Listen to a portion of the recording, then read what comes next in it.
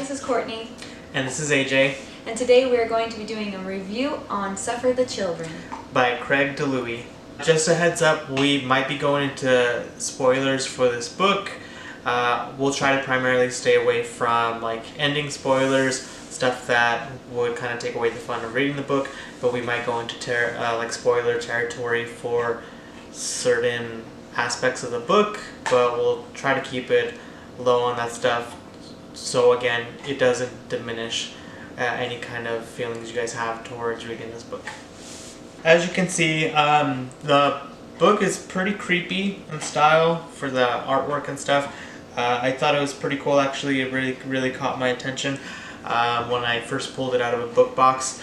This actually came from a book box called Nocturnal Readers. Yeah, Nocturnal Readers Book Club, or something like that.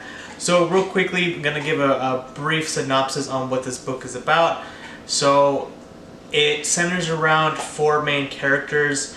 It's four parents. It gets different aspects of their points of view. Just one day, all the kids in the world do drop dead. It's not a spoiler, it's like a main plot point of the book. And then a few days later, they all start coming back to life and they start to show symptoms of things that we call like vampirism. So yeah, they start to become like vampires, and it's just revolves around the four point of views and what the parents are going through and literally what the kids are going through. So I'll go ahead and start off with my first impression. Honestly, when I read the back of the book, like, it really piqued my interest. I was really wanting to get into it. It sounded like really cheesy, because I think they made like a movie like that like a while back ago, and it seemed like it was like a comedy slash horror type of movie, and that's what I thought I was going to get into with this book. And honestly, it was a whole lot different than that. It was way more serious in tone, way more suspenseful, lots of thrills and stuff, and so like I was pleasantly surprised by how gripping the book ended up being. Yeah, I started reading it because AJ was reading it first, and he suggested that I read it because of how much he liked it right at the beginning. And since it was for him initially, I wasn't ever planning on reading it, and probably wouldn't have if he hadn't told me to, since I don't read very many suspenseful or like horror style thriller books. So going into it, I actually had a pretty good feeling going into it just because of how he described it to me and how much he liked it. So I was like, okay, then I'll probably be able to get into this. And so when I started reading it, it was just like how he described, like it was just really like eerie and kind of creepy and like devastating. So I was actually really surprised because I don't think Courtney, I don't think you told me that you were going to start reading the book. I had suggested it, and that's another point of this channel that we want to get across, is just showing like different perspectives of different types of readers. So again, I tend to read a lot more than Courtney does, and I more lean towards like horror fiction, like Stephen King, books like that. And so I wasn't expecting a book along the lines of like Salem's Lot. It was actually, in my opinion, way more suspenseful than Salem's Lot. It's been a few years since I've read that. But I really enjoyed how Courtney started reading it, because again, she's the type of reader to where you'll only read like, what, 10 to 15 books a year? And that's actually how much I've been reading recently. But again, like, she doesn't really read those types of books. So when I was getting into the plot, like I mentioned, the book does revolve around four different main characters. Again, they're all parents, different styles, different backstories. And so the four characters' names are Joan, Ramona, Doug, and David. So I'll go ahead and start off with two characters because they are a married couple, which happen to be Joan and Doug. So these two characters are more of your like modern working family, very blue collared. So it's to the point to where I think the backstory for Joan is that she grew up with a stay-at-home mom correct me if I'm wrong because you read it more recently than me. Well, she was growing up as a stay-at-home mom, so her having 2 children, she actually wanted to provide the same life for her kids because she felt like it would give her kids a better experience growing up. And then on Doug's side of things, he again, blue-collared, he works many hours a week. He has his main focus in life is just to provide for his family. And Doug does work in like the trash business, so he's like a trash man. He goes collecting it and stuff. And for the last 2 characters, they're not married. So the next one is Ramona. So she works in HR, and so she is very much the opposite of Joan. So she's not a stay-at-home mom. She's a working mother. She's a single mother, and so she doesn't have, I guess you can say, the help from a partner raising her 1 son.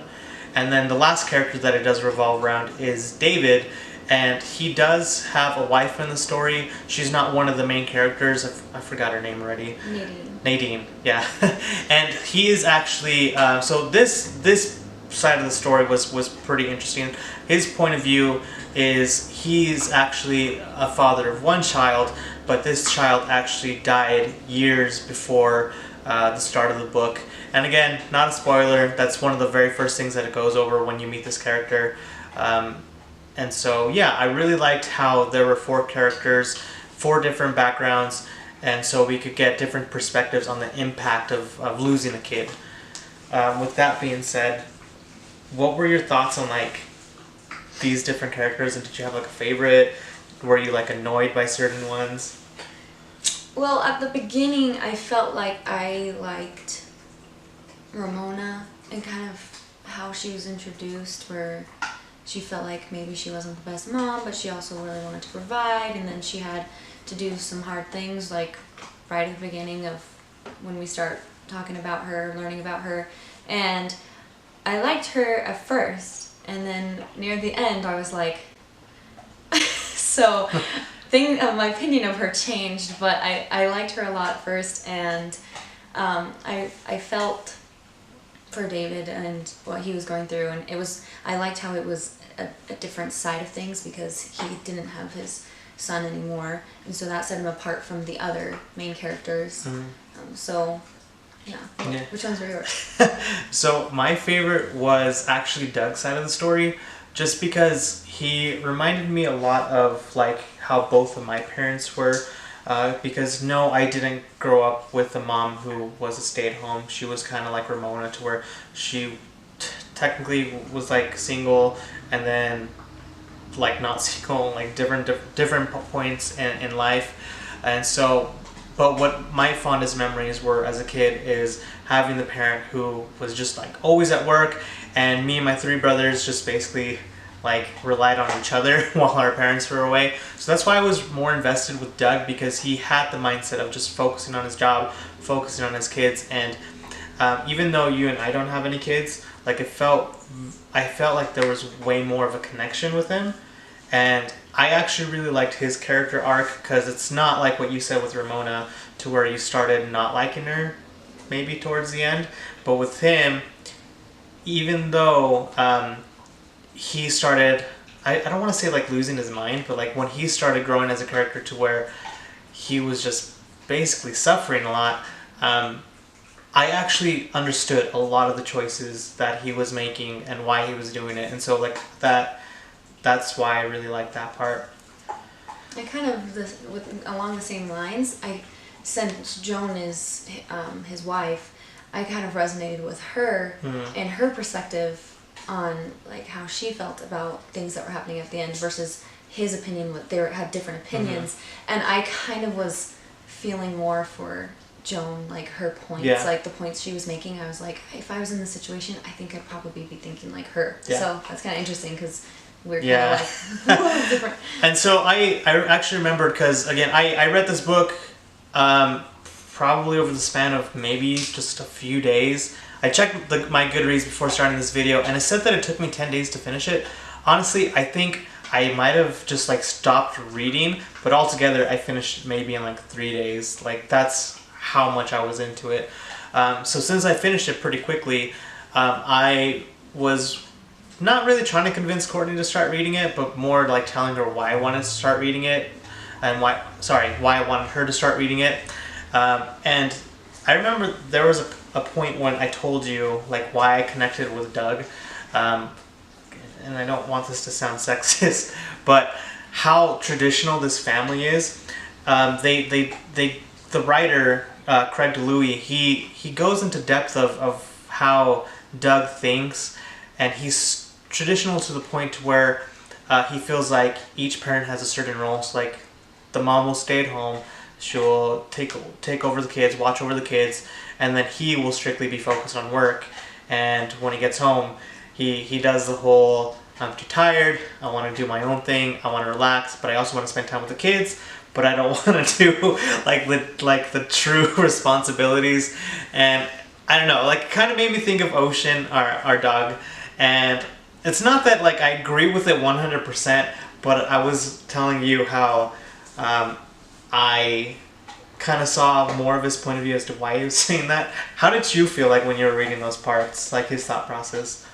Well, I could see how a lot of people still feel that way. Like you were just saying, like you kind of understand that, and because we're just barely breaking through with the whole like women's rights and stuff like that. And so I understand it to a point where it's like, yeah, like if Joan wants to stay at home and that's what she wants to do, then go for it. But if she were to, like, you know, she kind of has like a daycare business on the side, so she still stays home, but she does, like, she does work though. So I kind of can see from her perspective, like, she kind of probably needs a break after hanging out with kids all day, you know, so kind of sharing the load a little bit. I really liked how different the characters could be, because like with Joan and Ramona being two separate characters, it never felt like it was like caricatures of people. Like it really felt real, because even though they were pretty much polar opposites, they felt like their own person, like as if you were like meet Ocean, how you would meet different people. And so I thought that was really cool, because again, my thing going into this book was I thought it was going to be one of those cheesy stories, cheesy dialogue, but no, like these characters absolutely felt super real. Like that's why I just wanted to keep reading, figure out what was going on, which actually brings us to the whole entire plot. For me, personally, when I would go to work, I would actually explain, because I was reading it in between like breaks and stuff, and coworkers would be asking like, what's it about? And I'd tell them, oh, it's about kids who up and die one day, and then they all come back to life like a few days later. And every single one of my coworkers would be like, that's dark and that's grim, like why are you reading something like that? So going into the plot though, it is very heavy on the themes. So honestly, if you have lost a child like in real life, it probably would be very like sensitive material to read this book, because I'll say right now, when it got to the part, and it happens pretty early on, I would say within the first 50 pages where the event happens, where all the kids start dying, it got so heavy to the point where I actually felt a little embarrassed reading it at work, because I started getting like really choked up and started like teary-eyed and stuff.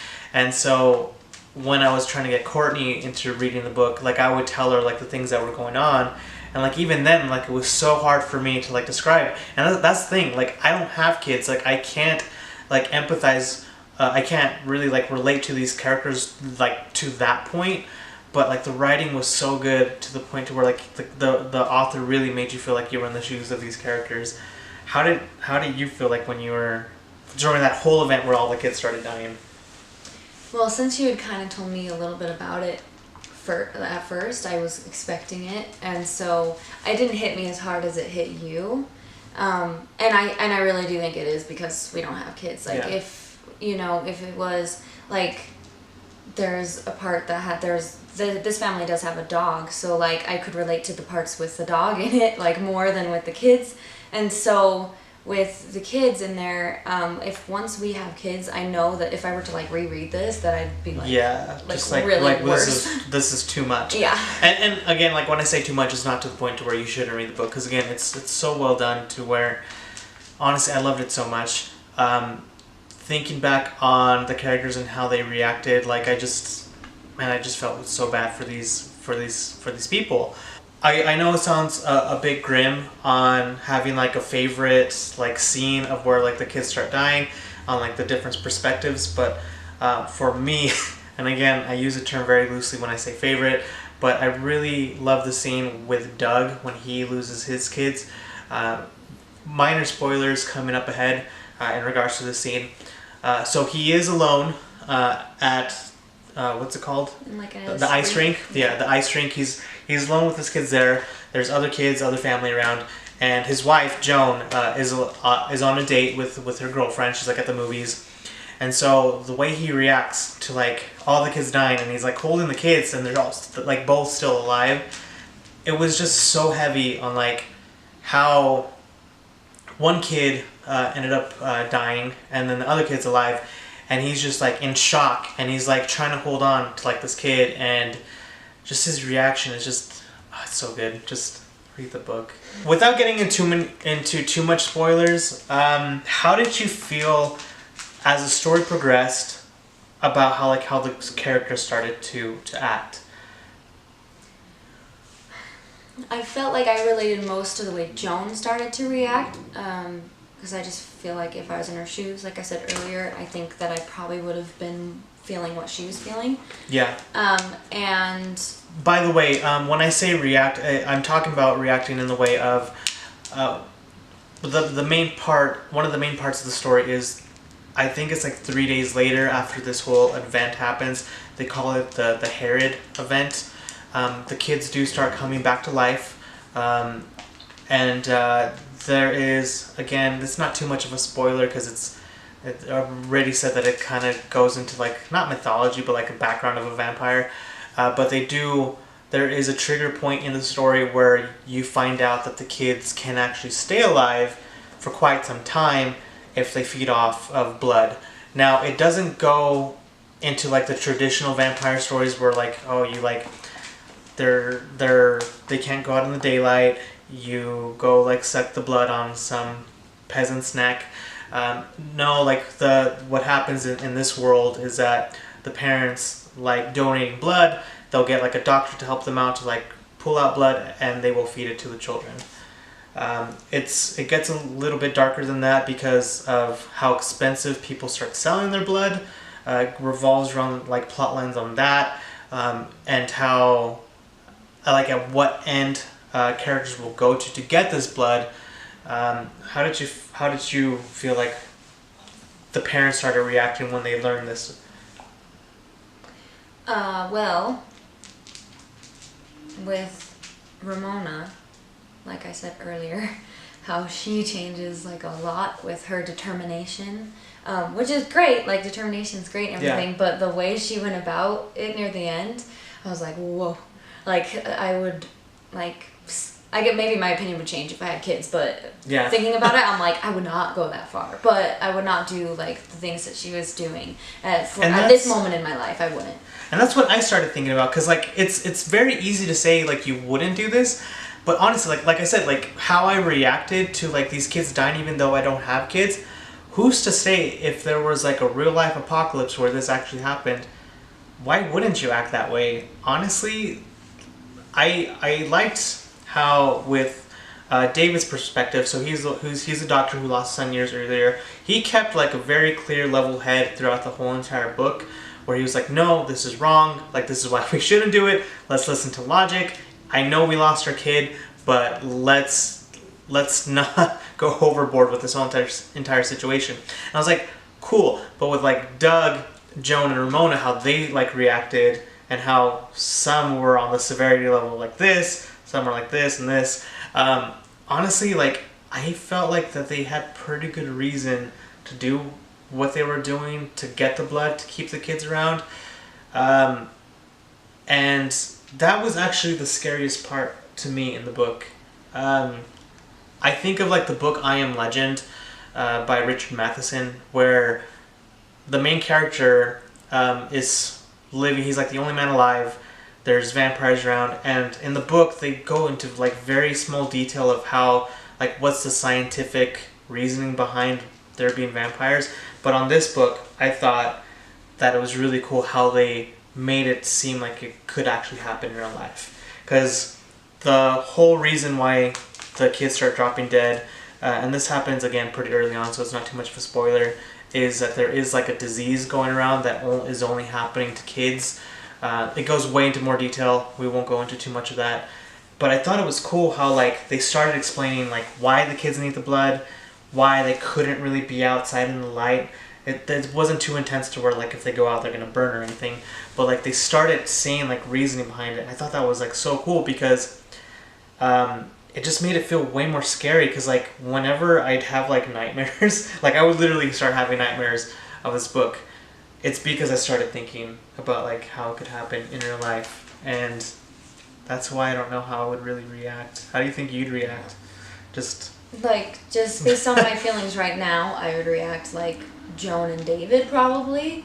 Not at first. I think at first I would react more like Joan. I feel like you'd act like David, where he was like, let's be level-headed. Yeah. But kind of like Joan was pretty level-headed throughout, but she still like went to like certain lengths to like keep her kids around. I think I would do that at the beginning, but then like her, I think I would start to change my mind a little bit for similar reasons as she did. So closing off this video, what are your final thoughts on like the story, the characters, anything regarding the book? Because again, like I know, and the viewers are gonna know, you don't really like reading these kinds of books. So I'm not going to rate it. I'm star rating. Probably never going to rate any of these books I reread. But I will say that even though I'm not rating it, I would recommend it because it's not like anything I've ever read before, and that creates a uniqueness to it. And I think that even though it's pretty dark, it gives you an idea of like a different world and different, like just stuff you wouldn't read normally. And so I think just for that, to give yourself a different read than what you might be used to, I definitely think it's worth reading because the plot is just very intriguing. So yeah, and I'm different. I give it star ratings. It's a cool thing to do. So I compare it to what I put it on Goodreads. You could check that out from the link on like the description on the channel. Honestly, I'm not too conservative on 5 stars that I give to books, but I'm also not that liberal with it. But I did give this book a 5 out of 5, no question asked, because at the end of the day, it made me feel so many emotions. Like it actually literally made me cry at times throughout the book. It made me feel scared, and it affected me to the point to, like I said, like it gave me nightmares. Ocean gives it a 5 too. Thank you so much for watching this review of Stuff for the Children by Craig DiLouie. Go check it out. It's super awesome. Read it, share your opinions with friends, get your friends to read it, and yeah, just share your opinion on Goodreads, this YouTube channel. We want to know what you guys thought. I feel like not enough people have read it, but it's super, super good. Alright. This has been Ocean's Books and Stuff, and we will see you in the next one. Bye.